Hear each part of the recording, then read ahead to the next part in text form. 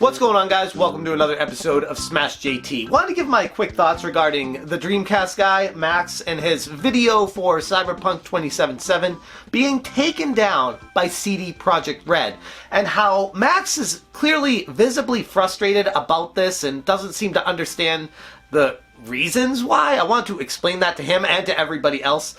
And also talk about RGT85 twisting himself into a pretzel to defend his friend, which is admirable, I guess, in a certain light. But at some point you gotta admit when you're wrong, and you gotta tell your buddy, hey dude, what you did is not cool, and this is why what happened happened. Cyberpunk 2077 is one of those games that is coming across, maybe it's the marketing, I'll give you this, maybe it's the marketing, but it appears to be one of those games that's a generational game. That is like once in a lifetime, twice in a lifetime, you'll get a game that just is surreal and surpasses all expectations of what gaming even is to you. That's, to me, what Cyberpunk 2077 potentially has the capability of being. Will it? Who knows? I can't wait to play it. What CD Projekt Red, the makers of Cyberpunk 2077, have said recently is that they're not allowing any footage of the game that isn't released officially by them to be shown on YouTube. But in addition to that, they don't want people speaking about spoilers or ruining parts of the game or telling anyone about their experiences with it, because they want gamers to experience this for themselves. They don't want it ruined for them, which I don't hate, by the way. I know people might think that I have something against RGT85. I don't. People might think I have something against Max. I don't. I'd like to think they contribute something to the YouTube landscape that is important to a lot of people. But that doesn't mean they don't make mistakes like me and like every other YouTuber out there, and they are open to criticism, hopefully, for that. I disagree with Max on this situation. CD Projekt Red, it's their game. They are setting the standards of what they want out there and what they don't. What RGT85 was trying to say is, well, that's kind of questionable, because if they're only letting people see what they want them to see, then maybe they're hiding how it's a terrible game and how all the... What I see is that's not what's happening. It could be. It's a very, very, very small chance of that, based off of all the delays they've had and how much work that's gone into this, and how people behind the scenes are saying it's going to be something really special. But okay, even if that's the case, we'll just say RGT85 says that this game isn't going to be as good as what they thought it was going to be. Okay, wait for it to come out and see what people say about it after the day one patch. Because I think that's what CD Projekt Red is really concerned about. I think there's a lot of things that are getting added into this game that aren't there right now. And they're concerned that if people play it right now and give their experiences and their thoughts on it, that it's going to cloud the true vision of what it actually is, because they haven't played the official release version of the game. That's where we find ourselves in 2020 with technology and how it's not available. You can't just pop an NES cart in the system and play it like you used to back in the day. Now we have day one updates and upgrades and all these other things you need to take into account when the game actually launches. And I truly feel like that's the concern at CD Projekt Red with Cyberpunk 2077. But unfortunately, these guys are backing each other up, and they're trying to act like the YouTubers should have the right to do what they want to do. But it's a little bit confusing with the, I don't want to say hypocrisy, but it does conflict with things you've said in the past. And I'd be amiss not to point out that you're defending Max, the Dreamcast guy, for his take on Cyberpunk 2077 and how CD Projekt Red is in the wrong and how it's weird that they're so defensive of this game before it comes out.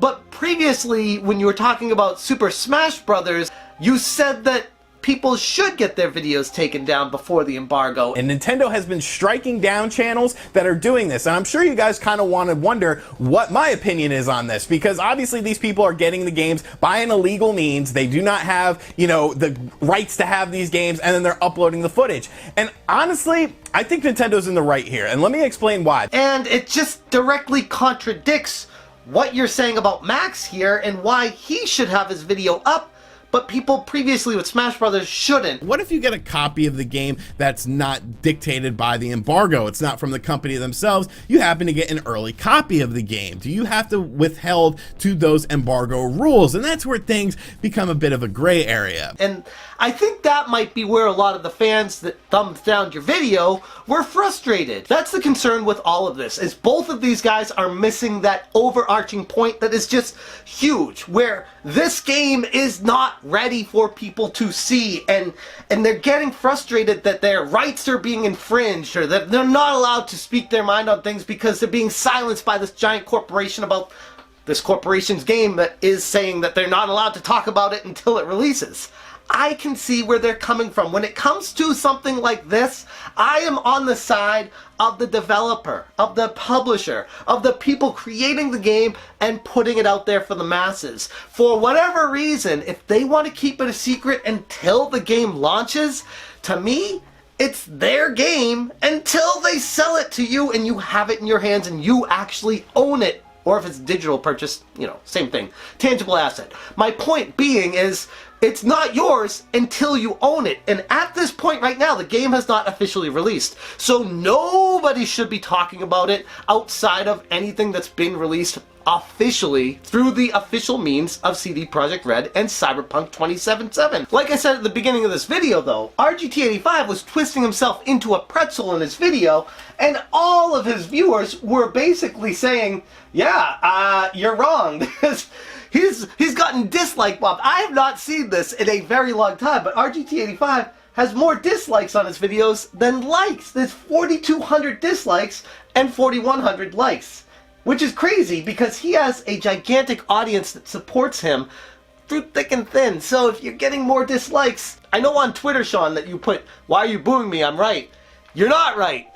I agree with people who are downvoting your video because your opinion, while you're entitled to it, I don't feel like truly takes into account everything. I feel like it's a little bit too biased with, obviously, Max is your friend, and you're backing him up because he's a fellow YouTuber buddy of yours. I say, what I always do on my channel, by the way, is try to stay independent and look at things from a realistic perspective, taking all angles into account. And in this situation, it's clear as day to me that Max should not have been posting a video about his thoughts on Cyberpunk 2077 before the embargo date has opened. Like, it's pretty straightforward. I don't understand how you could make a video saying anything outside of that, because it is not anyone else's right to talk about it. If CD Projekt Red, the makers of Cyberpunk 2077, have said, we don't want anyone doing this, and we will, fair warning, by the way, it wasn't like this is a surprise, we will be taking action against any videos posting it. Where I do have a problem is there are some companies out there that try to take action against people after the game launches because of spoilers and things like that. That's different. That is nowhere close to what this is right now. The game is not launched. It's nobody's property except CD Projekt Red. So until it actually is available for purchase and people can actually buy it and have it and play it, and then actually get the Day 1 patch, which is what I'm assuming CD Projekt Red is concerned about here, until that happens, nobody should be posting videos. And yeah, Max, I'm sorry, buddy. They did what they told you they were gonna do. It's not a shock. I don't understand how, I was watching Jason from Overthink Gaming last night, and on his video talking about this, and how he was like, oh, Max did a live stream and was getting donations, and someone gave over $100 to him because they felt bad and all this stuff, and manipulating the audience and all that. I don't want to go that far with this. I wasn't that in tune with it. I didn't watch his live stream, which is no longer available, even though apparently Jason said, Max said it would be up afterwards. Regardless of that, Max is trying his best to take advantage of this situation and get attention, which is what all YouTubers do. It's why they make videos. They want to get attention. They want to get your views. Congrats, Max, on your 200,000 subscribers that you surpassed due to this situation. It worked out in your benefit. But ultimately, I want to focus on, you did something wrong here, and people shouldn't be backing you up saying, oh, but he was just doing it N-O-N-E. Come on, guys. I'm right. Don't boo me. You're wrong, Sean. You're wrong, Max. Take the L. Move on. I still love you guys, but I'm going to be critical of you. Always. Thank you so much for watching, and as always, you stay smashing.